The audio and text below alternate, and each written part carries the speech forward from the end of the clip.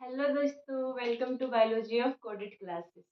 आज हम लोग पढ़ेंगे cell the unit of life, जो क्लास 11th का एक चैप्टर है, जो चैप्टर नंबर 8 और यूनिट 3 के अंदर आता है। Cell the unit of life. Unit का नाम पढ़ते ही हमारे मन में आता है सेल। बताइए सेल क्या होता है? बैटरी वाला सेल नहीं, बायोलॉजी वाला सेल। सेल के बारे में बताइए क्या होता है। Cell cell is the fundamental structure and functional unit of life. Cell का डिफिनेशन है कि cell is the fundamental structure and functional unit of life of all living organism. जितने भी लिविंग ऑर्गेनिज्म हैं उसके स्ट्रक्चरली और फंक्शनली जो unit होता है वो होता है cell. Cell is the fundamental structure है और फंक्शनल यूनिट है सभी लिविंग ऑर्गेनिज्म के। जैसे कोई भी लिविंग ऑर्गेनिज्म, मानिए लिविंग ऑर्गेनिज्म है, तो चार्ट के थ्रू समझते हैं कि कैसे स्ट्रक्चरली और फंक्शनल यूनिट है सेल हमारे लिविंग ऑर्गेनिज्म के। मान लीजिए कोई लिविंग ऑर्गेनिज्म है, लिविंग ऑर्गेनिज्म, ये लिविंग ऑर्गेनिज्म क्या से बने हैं? ऑर्गेन सिस्टम से। हमारे जो लिविंग ऑर्गेनिज्म है उसके अंदर बहुत सारे ऑर्गेन सिस्टम है, जैसे डाइजेस्टिव सिस्टम, रिस्पिरेटरी सिस्टम, इसी तरह बहुत सारे सिस्टम है। वो क्या से मिलकर बने हैं? ऑर्गेन सिस्टम से।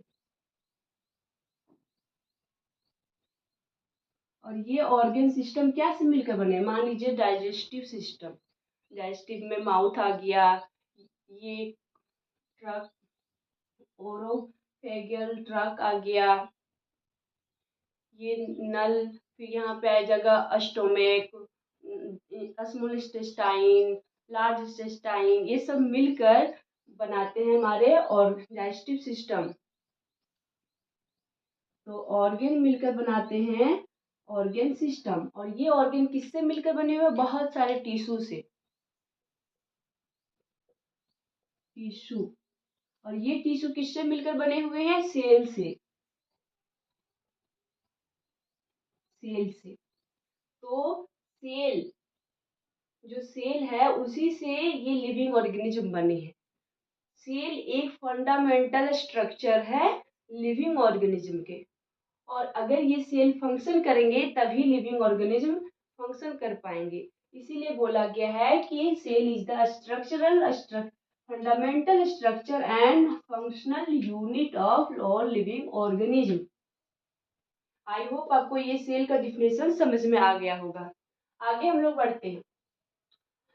एंटोन लॉन Leeuwenhoek first saw and describe ये लाइफ सेल। सेल का डिस्कवर कौन किया था? रॉबर्ट हुक ने। कौन किया था? रॉबर्ट हुक ने, रॉबर्ट हुक। और ये रॉबर्ट हुक जो है वो सेल का डिस्कवर किए थे, यानी कि सेल के बारे में बताया था इन्होंने पहली बार। लेकिन वो सेल डेड सेल था। जो फर्स्ट लाइफ सेल जो जो बताया, जिसके बारे में डिस्क्राइब किया, वो थे एंटोन लेवेनहुक थे। Anton on Leeuwenhoek first saw and describe live cell. Study of cell. Cell के स्टडी को हम लोग साइटोलॉजी बोलते हैं, और साइटोलॉजी के फादर हम किसे बोलेंगे? रॉबर्ट हुक को, जिन्होंने पहली बार सेल के बारे में बताया था, लेकिन वह डेड था। What is cell? हम लोगों ने सेल, व्हाट इज सेल क्या है उसके बारे में कंप्लीट किया। अब हम लोग देखेंगे सेल थ्योरी। सेल थ्योरी क्या है इसके बारे में अब जानेंगे हम लोग। अब हम लोग देखेंगे सेल थ्योरी के बारे में। सेल थ्योरी, बहुत सारे साइंटिस्ट आए और अपने अपना राय दिया, लेकिन मैथलस स्वाइडन और थियोडर स्वान, ये दो साइंटिस्ट आए, इन्होंने बताया, जो मैथलस साइडेन है वो जर्मन बोटैनिस्ट है। जर्मन के ये साइंटिस्ट थे जो बोटैनिस्ट है, जो प्लांट के बारे में इन्होंने बताया, प्लांट के बारे में स्टडी करते थे। तो इन्होंने प्लांट सेल को लिया और स्टडी किया और उन्होंने एक थ्योरी दिया। और एक जो थियोडर स्वान है वो इंग्लैंड के साइंटिस्ट थे और ये जूलॉजिस्ट थे, यानी कि एनिमल के सेल के बारे में स्टडी करते थे। तो ये एनिमल सेल को लिया और उनके बारे में स्टडी किया और उन सेल इन्होंने बोला मैथलस साइडर ने कि प्लांट में भी सेल पाए जाते हैं। और जो थियोडर स्वान है वो इंग्लैंड के थे, वो जूलॉजिस्ट थे, इस अनुसार से वो एनिमल सेल के बारे में स्टडी किया।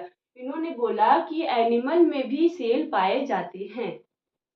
इन्होंने ये दोनों मिलकर एक कॉन्सेप्ट दिया जो था all living organism are compose of cell and product of cell. जितने भी लिविंग ऑर्गेनिज्म है वो सेल से बने हुए हैं और उनके प्रोडक्ट भी सेल के ही होते हैं।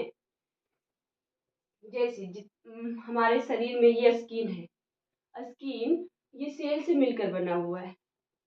और जो फिर हम जैसे हमें कट लग जाता है वहां पे नया सेल बनता है। तो कैसे बनता है? वो सेल से भी डिवीजन करता है, सेल डिवीजन करता है और फिर नए से फिर से नया स्किन बनाता है। जहाँ पे हमें कट लग जाती है वहां पे नया स्किन सेल के थ्रू ही बनती है, सेल का ही प्रोडक्ट होता है। अब एक दूसरा साइंटिस्ट आए रुडोल्फ विर्चॉ 1855 में। इन्होंने बोला कि ओमनिस सेलुला ई सेलुला, ये अपने लैंग्वेज में बोले कि ओमनिस सेलुला ई सेलुला। अब इसका हिंदी मतलब क्या होता है, इंग्लिश में क्या होता है, आइए हम लोग देखते हैं। New cell arise from pre existing cell. जो नया सेल है वो किससे बनता है? प्री एग्जिस्टिंग सेल, सेल से ही बनता है। जो पहले से मौजूद होता है वही सेल्स डिवाइड करके फिर से सेल बनाता है। जैसे मान लीजिए ये सेल है, ये क्या है? सेल है। ये तभी बना जब इससे पहले कोई सेल प्रेजेंट होगा, प्री एग्जिस्टिंग। पहले से सेल प्रेजेंट है, उसी से नया सेल अराइज होता है, नया सेल बनता है। ये सेल तभी बना होगा जब कोई सेल पहले से प्रेजेंट होगा। तो फिर ये सेल कहाँ से बना? ये तो बता रहा है कि प्री एग्जिस्टिंग सेल, कोई सेल होगा उससे पहले, ये भी डिवाइड किया होगा। ये सेल कहाँ? प्री एग्जिस्टिंग सेल, पहले से सेल प्रेजेंट होगा। इसी ये कौन बताया? रुडोल्फ विर्चॉ ने। तो ये तीन साइंटिस्ट जो सेल थ्योरी को दिया, कौन? मैथलस साइडन और थियोडर स्वान और एंड रुडोल्फ विर्चो। ये तीनों मिलके एक थ्योरी दिया इन्होंने, जिसमें दो मेन कॉन्सेप्ट आया, जिसको हम सेल थ्योरी के नाम से अभी जानते हैं। All living organism are compose of cell. जितने भी लिविंग ऑर्गेनिज्म है वो सेल से मिलकर बने हुए हैं और वो सेल के ही प्रोडक्ट है।